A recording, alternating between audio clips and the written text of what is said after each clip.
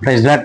మన ప్రభువైన యేసుక్రీస్తు నామమున అందరికీ కూడా ఉదయకాల సమయమున శుభాభివందనములు శుభములు కలుగును గాక. దేవుడు ఈ దినమున మనందరితో కూడా మరి ప్రధానంగా మన మార్గములను అన్వేషిస్తూ మాట్లాడుతున్నారు.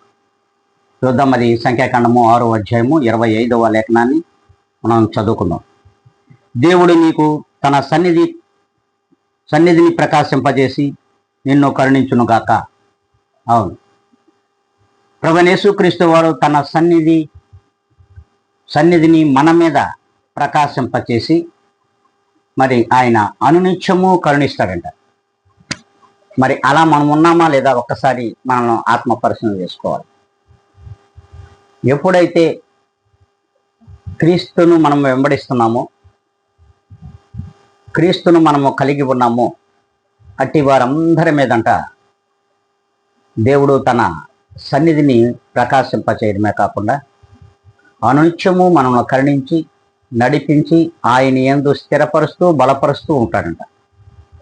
ఈ విధంగా మనం ఉన్నామా లేదా ఒక్కసారి ఆత్మ పరిశీలన చేసుకొని మనల్ని మనం తగ్గించుకొని ప్రభువులో ప్రార్థనలో ఏకీద్దాం.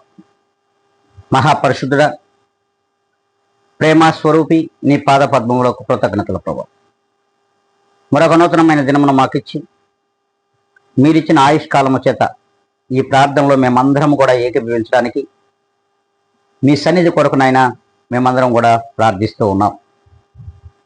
మీ సన్నిధిని మా అందరి మీద ప్రకాశింపచేయమని బ్రతిమలాడుకుంటూ మమ్మల్ని కరుణించమని వేడుకుంటూ మీ పాదముల దగ్గర అతి మిక్కిలిగా తగ్గించుకొని యేసు క్రీస్తు నామమున అడిగి వేడుకొని ప్రార్థిస్తున్నాము మా ప్రియ గొప్ప పరలోక తండ్రి. ఆమేన్.